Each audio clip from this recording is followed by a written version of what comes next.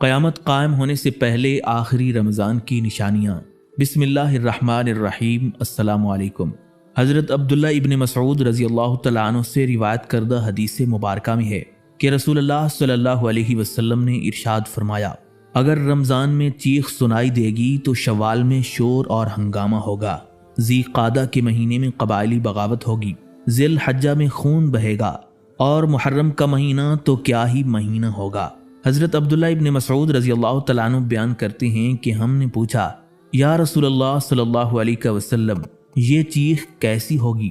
حضور نبی علیہ السلام نے ارشاد فرمایا، نصف رمضان المبارک کی جمعہ کی رات کو ایک چیخ یا دھماکہ ہوگا جو سونے والوں کو بیدار کر دے گا، کھڑے ہونے والوں کو بٹھا دے گا اور کنواری لڑکیوں کو ان کے حجروں سے باہر نکال دے گا۔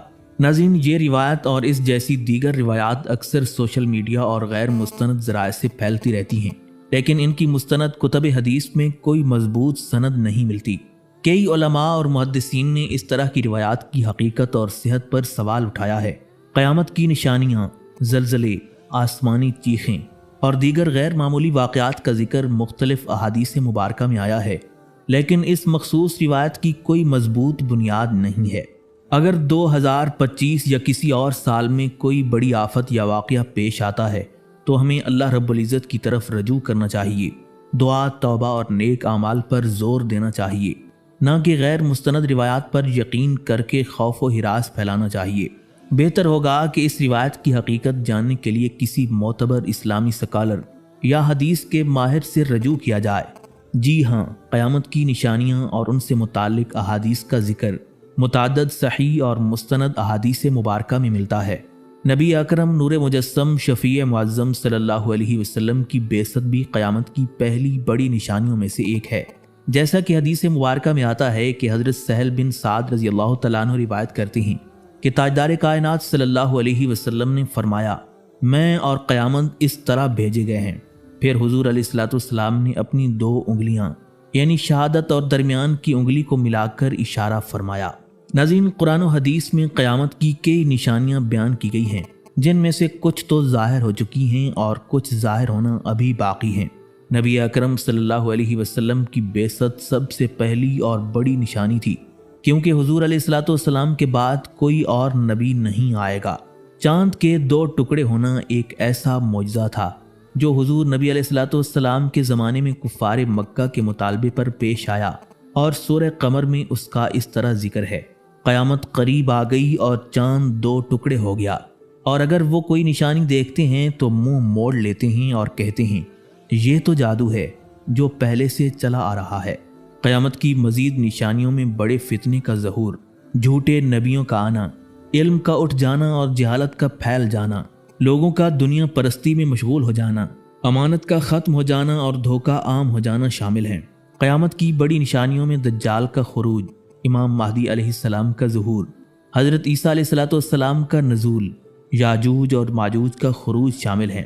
ناظرین، قیامت کے آثار اور فتنوں کے بارے میں حدیث میں نشانیوں کا ذکر ہے، لیکن وقت کا علم صرف اللہ رب العزت کے پاس ہے۔ قرآن مجید کی سورہ الاعراف کی آیت نمبر 187 میں اللہ رب العزت کا فرمان عالی شان ہے، یہ آپ سے قیامت کے بارے میں پوچھتے ہیں کہ وہ کب آئے گی، کہہ دیجئے کہ اس کا علم صرف میرے رب کے پاس ہے، اسے اپنے وقت پر صرف وہی ظاہر کرے گا۔ قرآن مجید کی اس آیت مبارکہ کی تفسیر میں علامہ حافظ ابن کثیر رحمۃ اللہ علیہ فرماتے ہیں، بلا شبہ رسول اللہ صلی اللہ علیہ وسلم کے زمانے میں یہ واقعہ پیش آیا، جیسا کہ صحیح اور آسانی سے نقل ہونے والی متواتر احادیث میں بیان ہوا ہے۔ اس معاملے پر علماء کرام کا اتفاق ہے کہ شق القمر یعنی چاند کے 2 ٹکڑے ہونے کا واقعہ نبی کریم صلی اللہ علیہ وسلم کے زمانے میں ہوا تھا، اور یہ آپ کے نمایاں معجزات میں سے ایک ہے۔ صحیح مسلم میں حضرت انس بن مالک رضی اللہ تعالیٰ عنہ کی روایت منقول ہے کہ اہل مکہ نے رسول اللہ صلی اللہ علیہ وسلم سے کوئی نشانی یا معجزہ دکھانے کا مطالبہ کیا تو حضور نبی علیہ السلام نے انہیں چاند کا 2 ٹکڑے ہونا دکھا دیا۔ فلسفیوں کی اکثریت نے شق القمر یعنی چاند کے 2 ٹکڑے ہونے کا انکار کیا ہے۔ ان کی دلیل یہ ہے کہ آفاقی نشانیاں یعنی آسمانی اور کائناتی امور، جیسا کہ کسی سیارے یا چاند کا 2 ٹکڑے ہونا اور پھر دوبارہ جڑ جانا، یہ عقلی طور پر درست نہیں۔ یہی موقف انہوں نے واقعہ معراج کے دوران آسمان کے دروازے کھلنے کے بارے میں بھی اختیار کیا۔ اور اس کے علاوہ قیامت کے دن سورج کے لپیٹے جانے کے متعلق بھی انکار کیا ہے۔ ان فلسفیوں کو جواب یہ دیا جاتا ہے کہ اگر وہ کافر ہیں تو پہلے وہ دین اسلام کے بنیادی دلائل پر بحث کریں، پھر وہ ان ماہرین کے ساتھ شامل ہو جائیں جو اس واقعے کے منکر ہیں، اور جب مسلمان بغیر کسی تناقض کے اس معجزے کے حق میں دلائل پیش کر دیں اور قرآن مجید فرقان حمید میں قیامت کے دن ہونے والی فلکیاتی تغیرات کے دلائل پر کوئی انکار کا راستہ نہ بچے، تو یہ ثابت ہوتا ہے کہ نبی اکرم صلی اللہ علیہ وسلم کا یہ معجزہ حقیقت میں ہی وقوع پذیر ہوا تھا۔ حضرت عبداللہ بن عمرو بن العاص رضی اللہ تعالیٰ عنہ فرماتے ہیں کہ ہم رسول اللہ صلی اللہ علیہ وسلم کے ساتھ ایک سفر میں تھے تو ہم نے ایک جگہ قیام کیا۔ ہم میں سے کچھ لوگ اپنے اونٹوں کو چراگاہ میں لے گئے تھے کہ رسول اللہ صلی اللہ علیہ وسلم نے ایک موقع پر ہمیں جمع ہونے کا حکم دیا، پس ہم سب آپ صلی اللہ علیہ وسلم کے پاس جمع ہو گئے۔ پھر حضور علیہ الصلوۃ والسلام نے فرمایا، مجھ سے پہلے بھی ایک نبی گزرے اور ان پر یہ ذمہ داری تھی کہ وہ اپنی امت کی خیر کی طرف رہنمائی کریں اور انہیں برائی سے روکیں۔ اس امت کی عافیت اس کے ابتدائی زمانے میں رکھی گئی ہے، جبکہ اس کے آخری زمانے میں لوگ آزمائشوں اور ناپسندیدہ امور کا سامنا کریں گے۔ ہر آنے والا فتنہ پچھلے فتنے کو زیادہ خوشنما بنا دے گا۔ پھر ایک اور فتنہ آئے گا تو مومن کہے گا یہی مجھے ہلاک کر دے گا، اور جب وہ گزر جائے گا تو وہ کہے گا یہ میرے لیے زیادہ خطرناک تھا۔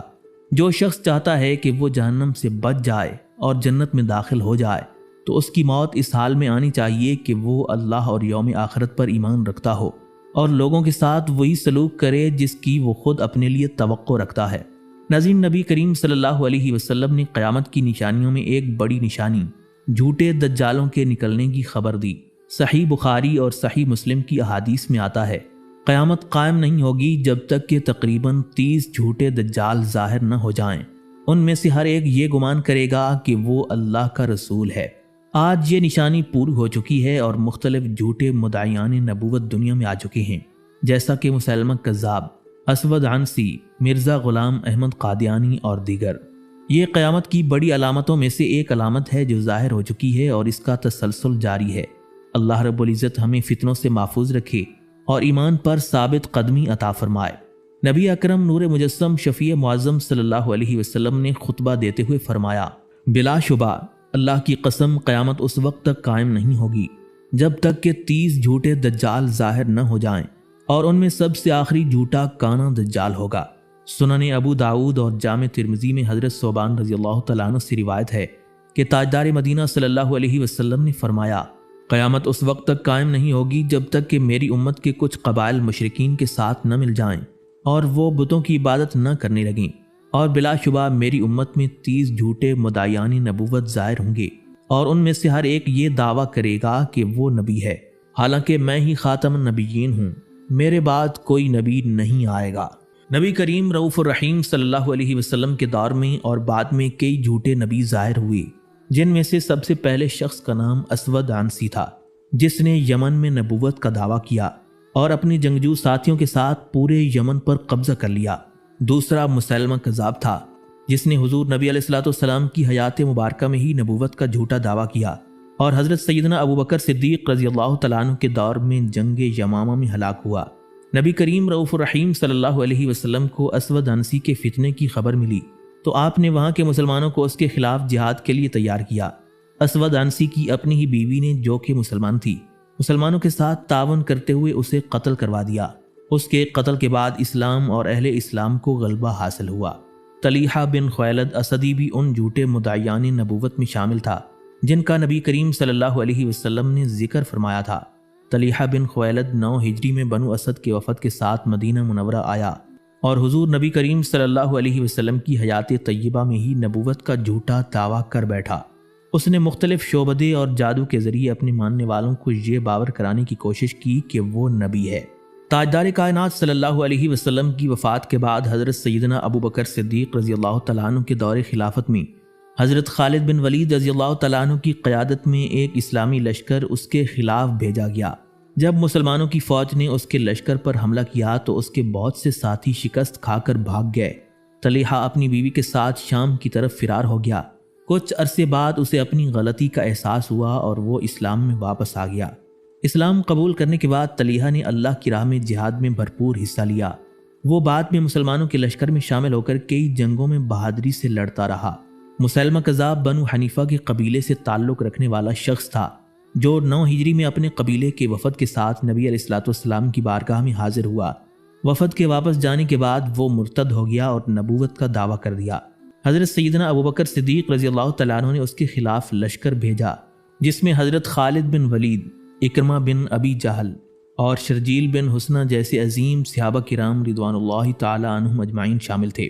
40,000 جنگجوؤں کے ساتھ جنگ لڑی گئی، مگر مسلمہ شکست کھا کر عبرت کا نشان بن گیا۔ وحشی بن حرب، جنہوں نے حضرت سیدنا حمزہ رضی اللہ تعالیٰ عنہ کو شہید کیا تھا مگر بعد میں مسلمان ہو گئے تھے، انہوں نے ہی مسلمہ کذاب کو قتل کیا۔ مختار بن ابی عبید ثقفی بھی جھوٹے مدعیان نبوت میں شامل تھا۔ یہ فتنہ تابعین کے دور میں ظاہر ہوا۔ مختار خود کو اہل بیت کا حامی ظاہر کرتا تھا اور محمد بن حنفیہ کی امامت کا قائل تھا۔ جھوٹا دعویٰ کرتا تھا کہ حضرت جبرائیل علیہ السلام اس پر وحی لاتے ہیں۔ اس نے کوفہ پر قبضہ کر کے ظالموں سے انتقام لینا شروع کیا۔ عبداللہ ابن زبیر کے بھائی مصعب بن زبیر نے اس کے خلاف لشکر کشی کی۔ آخرکار ایک جنگ میں مختار قتل کر دیا گیا اور مسلمانوں نے اس خبر پر خوشی منائی۔ ناظرین، تاجدار کائنات امام الانبیاء حضرت محمد مصطفیٰ صلی اللہ علیہ وسلم نے خبر دی تھی کہ قیامت کی بڑی نشانیاں ظاہر ہونے سے پہلے کچھ خاص علامتیں رونما ہوں گی، جیسا کہ لونڈی اپنے مالک کو جنم دے گی، یعنی نافرمانی اور اولاد کی بغاوت بڑھ جائے گی۔ ننگے پاؤں ننگے بدن چرواہے بڑی بڑی عمارتوں پر فخر کریں گے، یعنی کمزور اور غریب لوگ مالدار ہو جائیں گے اور بڑی بڑی عمارتیں تعمیر کریں گے۔ اس بات کا مشاہدہ آج کی دنیا میں کیسے ہو رہا ہے؟ خلیجی ممالک میں اونٹ چرانے والے آج دنیا کے امیر ترین لوگ بن چکے ہیں اور سب سے اونچی عمارتیں بنانے میں مقابلہ کر رہے ہیں۔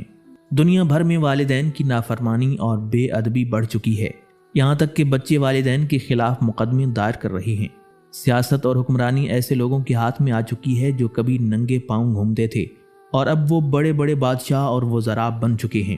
امام قرطبی رحمۃ اللہ علیہ فرماتے ہیں کہ اس حدیث میں حالات کی بڑی تبدیلی کی طرف اشارہ ہے، یعنی وہ لوگ جو پہلے بے حیثیت اور کمزور تھے وہ حکمران بن جائیں گے اور پھر طاقت کے زور پر ملکوں پر قبضہ کر لیں گے۔ امام ابن رجب حنبلی رحمۃ اللہ علیہ فرماتے ہیں کہ یہ دنیا کی آخری نشانیوں میں سے ہیں، اور جب یہ سب عام ہو جائے گا تو قیامت قریب ہوگی۔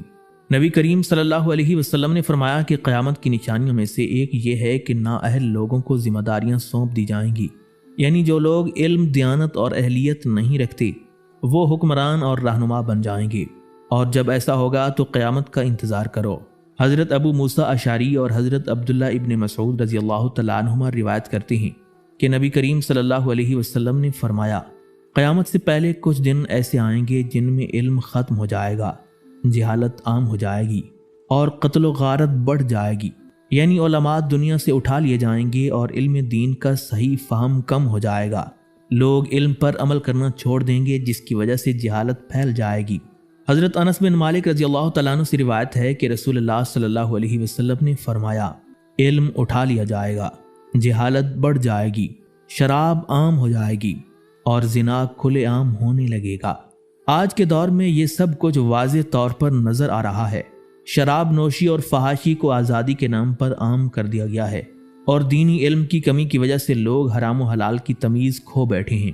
حضرت ابو ہریرہ رضی اللہ تعالیٰ عنہ فرماتے ہیں کہ رسول اللہ صلی اللہ علیہ وسلم نے فرمایا، وہ وقت قریب ہے جب نیک اعمال کم ہو جائیں گے، فتنے بڑھ جائیں گے اور قتل و غارت بہت زیادہ ہو جائے گی۔ آج ہم دیکھتے ہیں کہ پوری دنیا میں بے گناہ لوگوں کا خون بہایا جا رہا ہے، دہشت گردی، جنگیں اور فسادات عام ہو چکے ہیں۔